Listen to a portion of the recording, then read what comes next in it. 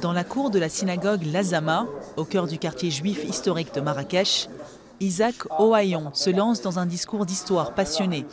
Ce commerçant de la ville veut faire revivre à ce groupe de touristes le lieu de culte construit en 1492, à l'époque de l'Inquisition espagnole. C'est une synagogue qui était une école, vous voyez, ce qu'il y a en haut. En bas, c'était des classes. Il y avait plus de 450 élèves.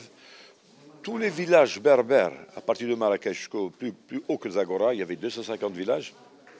Il y avait plein d'enfants qui devaient étudier la Torah, étudier le judaïsme. Dans les salles de classe transformées en musées, des photographies rappellent l'histoire de la communauté, désormais dispersée en France, en Amérique du Nord et surtout en Israël. Avant les vagues de départ, le Maroc accueillait la plus importante communauté juive d'Afrique du Nord, entre 250 et 300 000 personnes selon les estimations. Il en reste aujourd'hui moins de 3 000. Maintenant, c'est des familles qui viennent entièrement, c'est des enfants des familles, que les parents ne sont plus là, ils veulent aller voir leurs traces, leurs origines, d'où ils viennent, leurs parents, tout ça. Depuis la restauration du Mela, terme qui désignait autrefois les quartiers réservés aux Juifs dans les villes marocaines, les visiteurs affluent. Le programme global de rénovation, lancé il y a un peu plus de 2 ans, a déjà bénéficié d'une enveloppe de 17,5 millions d'euros. Certaines ruelles aux façades ocre ont même retrouvé leur plaque en hébreu.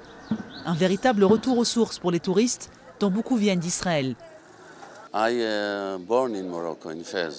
Je suis né au Maroc, à Fès. J'ai quitté le pays pour Israël quand j'avais 4 ans. Et depuis 10 ans, j'organise des visites guidées au Maroc. Officiellement, le Maroc n'entretient aucune relation économique ou diplomatique avec l'État hébreu. Et le sujet reste sensible. Dans les faits, cela n'empêche ni le tourisme ni les affaires de prospérer.